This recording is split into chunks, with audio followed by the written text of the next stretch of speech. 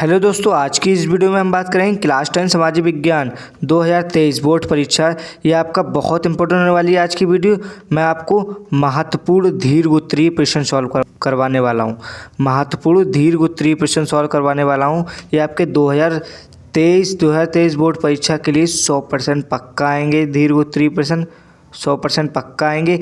इसमें मैं आपको पूरे बुक के सॉल्व करवाने वाला हूँ। दीर्घ-उत्तरीय प्रश्न में आपके पूरे बुक के सॉल्व करवाने वाला हूँ। तो अगर चैनल पर नए हो तो चैनल को सब्सक्राइब कर दीजिए और बेल आइकन प्रेस कर दीजिए। तो प्लीज़ वीडियो को अंत तक ज़रूर देखें और एक भी क्वेश्चन मिस ना करें आप। तो बिना टाइम वेस्ट किए चलिए वीडियो स्टार्ट करते हैं। तो नंबर 1 क्वेश्चन है हमारा। नंबर 1 क्वेश्चन, 1789 की फ्रांसीसी क्रांति का फ्रांस व यूरोप पर क्या प्रभाव पड़ा। ये आपका बहुत इंपॉर्टेंट है, वेरी वेरी इंपॉर्टेंट है। मैं आपके चैप्टर बाय चैप्टर दीर्घ-उत्तरीय प्रश्न सॉल्व करवाऊंगा। ये आपका तो पहला आपका ये पहला लिया गया है, पहले चैप्टर से लिया गया है। यूरोप में राष्ट्रवाद के उदय से लिया गया है। 1789 की फ्रांसीसी क्रांति का फ्रांस व यूरोप पर क्या प्रभाव पड़ा। ये आपका बहुत इंपॉर्टेंट है, वेरी वेरी इंपॉर्टेंट है। इस सेट के बिल्कुल नहीं पूछा जाएगा जो मैं आपको बता रहा हूँ। ये आपको मैं ऐसे नहीं बता रहा हूँ अन्ना शूटर। ये आपका मॉडल पेपरों में से 19 में से 20 में से ये सब आपके लगातार पूछे गए हैं। तो इस साल भी पूछे जाएंगे। 2023 के लिए बहुत इंपॉर्टेंट होने वाली ये वीडियो। तो प्लीज़ वीडियो को एंड तक जरूर देखें। तो नंबर 2 क्वेश्चन कौन सा आपका। नंबर 2 क्वेश्चन ये रहा, इटली के एकीकरण की प्रक्रिया का वर्णन कीजिए। जो इटली का एकीकरण था उसका वर्णन करना है आपको, मतलब किस प्रकार से एकीकरण हुआ उसका वर्णन करना है आपको। प्रक्रिया किस प्रकार की, किस तरह प्रक्रिया बोलते हैं आप समझ गए ना आपको। फिर नंबर 3 क्वेश्चन है आपका। नंबर 3 क्वेश्चन, गांधी जी की नमक यात्रा का वर्णन कीजिए। जो गांधी जी की नमक यात्रा थी उसका वर्णन करना है आपको। ऐसी अभी इधर बोला, इधर इसी प्रकार आपको इस तरीके से इधर लिखना है। आपको वर्णन करना है जो गांधी जी की नमक यात्रा थी उसका वर्णन करना है। ये आपका बहुत इंपॉर्टेंट होने वाला। अगर आप इनके आंसर भी लेना चाहें तो कमेंट कर देना, मैं आपको आंसर समेत दीर्घ-उत्तरीय की वीडियो बना दूंगा।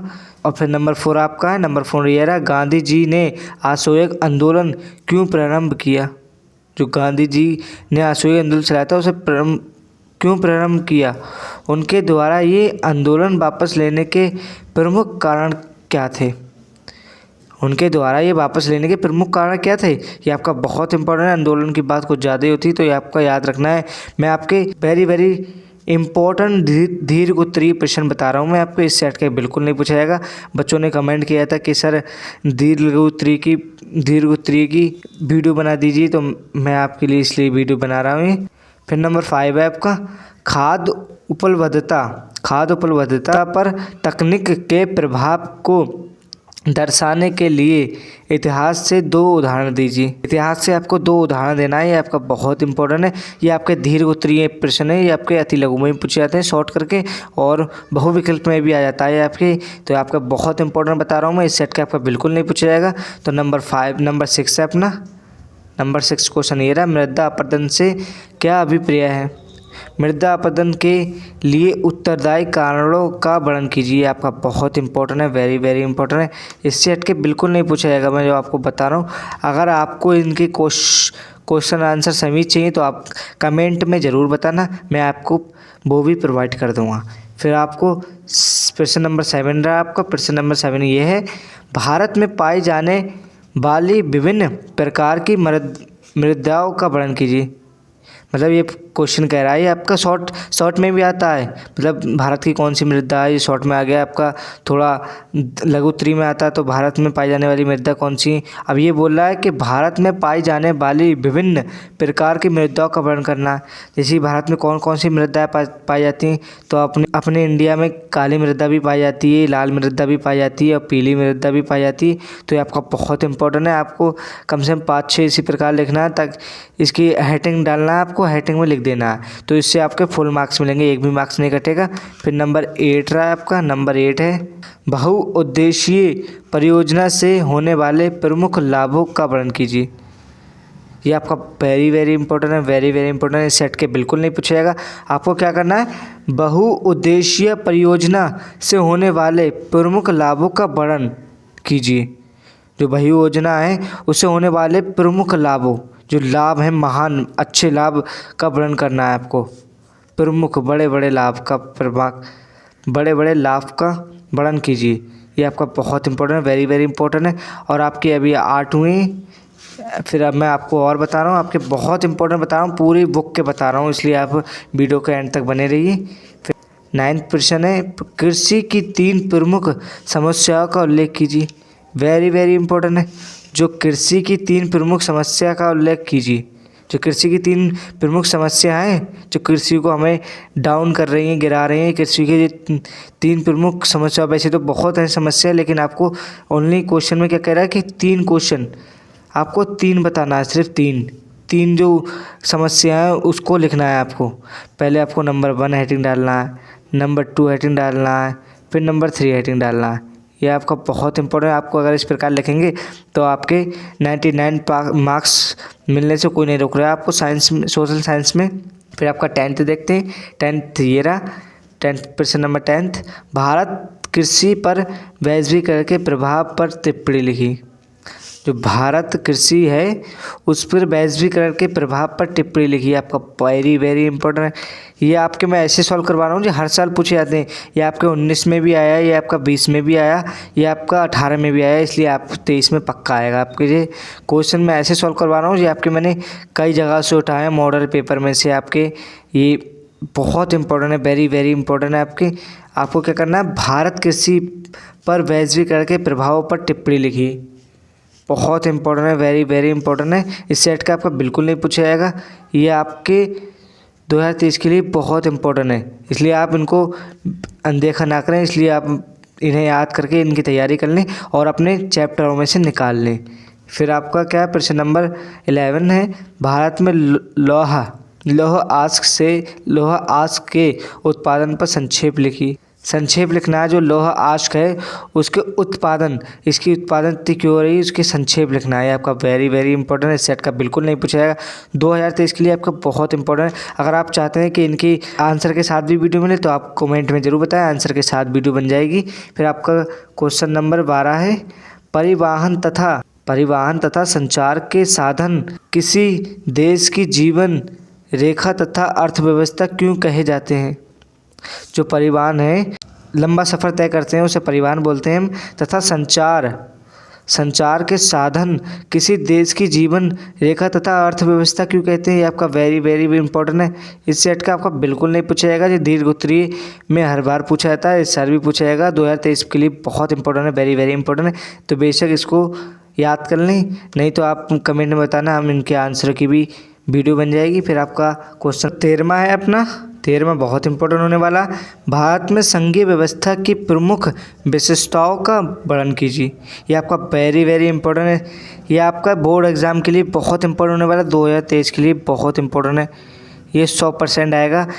इसमें मैं जो आपको बता रहा हूँ ये आपके वेरी वेरी इंपॉर्टेंट है। आपके ये बोर्ड एग्जाम में 100% पक्का आएंगे, हर साल पूछे जाते हैं, इस साल भी पूछे जाएंगे 2023 के लिए, तो वेरी इंपॉर्टेंट है। ये आपका 13वां है आपका, भारत में संघीय व्यवस्था की प्रमुख विशेषताओं का वर्णन करना है आपको, वर्णन कीजिए। आपका वेरी वेरी इंपॉर्टेंट है। फिर आपका 14वां कौन सा है, 14वां ये रहा, सामाजिक विभाजनों की राजनीति को प्रभावित करते हैं, 2 उदाहरण दीजिए।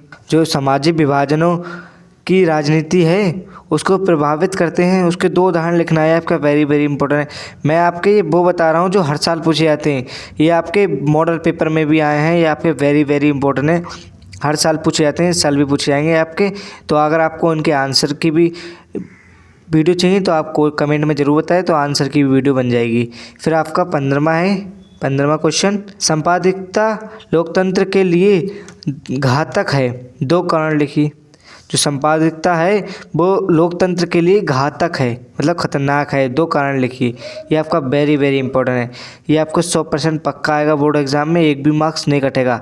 आप अगर इस प्रकार मैं जो बता रहा हूँ इस प्रकार अगर आप इनकी तैयारी करेंगे, जो मैं क्वेश्चन बता रहा हूँ, तो आपके 100 में से 100 मार्क्स मिलेंगे सोशल साइंस में। तो इसलिए आप इन्हें बिल्कुल भी इग्नोर ना करें, वीडियो को अंत तक जरूर देखें।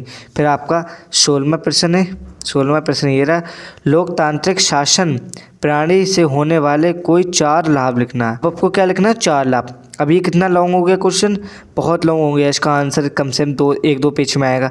तो आपके ज़्यादातर बच्चे क्या करते हैं कि अपना लॉन्ग क्वेश्चन याद करते हैं, क्योंकि लॉन्ग होते हैं वो, तो लॉन्ग क्वेश्चन फटाफट याद करते हैं और फंसता कुछ नहीं, लेकिन याद करते रहते हैं। तो मैं आपको एक सिंपल ट्रिक बता रहा हूँ। अगर आपको ये लिखा लोकतांत्रिक शासन प्रणाली से होने वाले कोई 4 लाभ लिखिए, तो ये आपको क्या करना है, जैसे 4 लाभ लिखना है। पहला ये है आपका, दूसरा ये है, तीसरा ये है, चौथा ये है। तो आपको इसके बारे में थोड़ा बहुत तो पता ही होगा, आपने याद किया होगा, थोड़ा बहुत आपको याद करना, ज़्यादा याद नहीं करना। तो आपने जो याद करा मेन वो पहले में लिख दीजिए, फिर उसका जो आपने थोड़ा और याद किया वो इसमें लिख दीजिए। थोड़ा थोड़ा लिखना है आपको। फिर जो इनको है उनको, अगर आपको 364 में समझ भी नहीं आ रहा है आप क्या लिखूँ मैं, अब तो मैं सब भूल गया, मतलब जो याद था वो तो लिख दिया मैंने। तो अब इनका ही मिक्सर करके आपको लिखना है उससे रिलेटेड। चौथे में तो आप उससे रिलेटेड ही लिखेंगे इन तीनों के, ये आपके फुल मार्क्स मिल जाएंगे, एक भी मार्क्स नहीं कटेगा आपको, 100 में से 100 मार्क्स मिलेंगे, अगर जैसा मैं बता रहा हूँ अगर आपने ऐसा किया। फिर आपका क्वेश्चन नंबर 17 है, लोकतंत्र के सम्मुख प्रमुख चुनौतियों का वर्णन कीजिए। ये आपका लोकतंत्र के सम्मुख प्रमुख चुनौतियों का वर्णन करना है, आपका वेरी वेरी इंपॉर्टेंट है, वेरी इंपॉर्टेंट है, बोर्ड एग्जाम के लिए वेरी इंपॉर्टेंट है। बच्चे ज़्यादातर इसको याद नहीं करते हैं, बच्चे इस पर ध्यान नहीं देते हैं, और ये आपका बहुत इंपॉर्टेंट है, वेरी इंपॉर्टेंट। 2023 बोर्ड परीक्षा के लिए बहुत इंपॉर्टेंट होने वाली है ये वीडियो। तो वीडियो को प्लीज़ एंड तक जरूर देखें और चैनल को सब्सक्राइब कर दीजिए। फिर विकास मापने का UNDP का मापदंड किन पहलुओं में विश्व बैंक के मापदंड से अलग है। ये आपका बहुत इंपॉर्टेंट है, बहुत इंपॉर्टेंट, महत्वपूर्ण है, ये महत्वपूर्ण, ये हर साल पूछा जाता है, इस साल भी पूछा जाएगा। फिर आपका 19वां प्रश्न कौन सा, 19वां प्रश्न आपका ये रहा, विकसित देशों की किन्हीं 3 प्रमुख विशेषताओं का वर्णन कीजिए। जैसा मैंने अभी आपको बताया था, आपको कुछ इस प्रकार ही बनाना है और आपके फुल मार्क्स मिल जाएंगे। बोर्ड एग्ज़ाम में आपको फुल मार्क्स मिल जाएंगे, एक भी मार्क्स नहीं कटेगा आपका, 100 में से 100 मार्क्स पक्का मिलेंगे आपको, एक भी मार्क्स नहीं कटेगा। तो प्लीज़ जिस तरीके से मैंने बताया उस तरीके से लिखें आप, और जो मैं आपको क्वेश्चन बता रहा हूँ उनकी तैयारी बिल्कुल करें, और ये आपके महत्वपूर्ण हैं।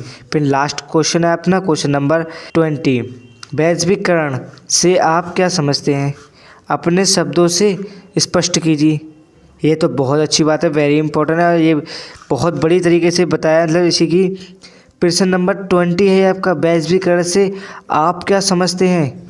और ये बोल रहा है क्वेश्चन कि अपने शब्दों में स्पष्ट कीजिए, अपने शब्दों में समझाइए। आप जितने अच्छी तरीके से आप एक्सप्लेन कर सकते हैं क्वेश्चन को, उस तरीके से समझाइए, आप अपनी भाषा में समझाइए कि आप जिस लैंग्वेज को यूज़ करते हैं उस भाषा में पूछ रहा है। आपका वेरी इंपॉर्टेंट, 100% आपको अगर आप इस प्रकार लिखेंगे तो 100% पक्का मिलेंगे। जैसे मैंने आपको बताया क्वेश्चन, ये आपके बहुत इंपॉर्टेंट तो दोस्तों जैसा कि आपने देखा कि मैंने 20 क्वेश्चन दीर्घ उत्तरीय प्रश्न बताए, मैंने 20 दीर्घ उत्तरीय प्रश्न बताए आपके बोर्ड एग्जाम के लिए, बहुत इंपॉर्टेंट, महत्वपूर्ण 2023 के लिए आपके 100% पक्का आएंगे। जो मैंने बताया आपके, ये कोई भी नहीं छोड़े आप, अगर आपने एक भी छोड़ा तो आपका बहुत बड़ा लॉस होगा, आपके 6 नंबर माइनस में चले जाएंगे। इसलिए आप जो मैंने बताया क्वेश्चन वो आप ज़रूर तैयार करके लेके जाएं। अगर आप चैनल पर नए हो, चैनल को सब्सक्राइब कर दीजिए और बेल आइकन प्रेस कर दीजिए। तो आज की वीडियो में बस इतना ही, मिलते हैं नेक्स्ट वीडियो में, थैंक यू।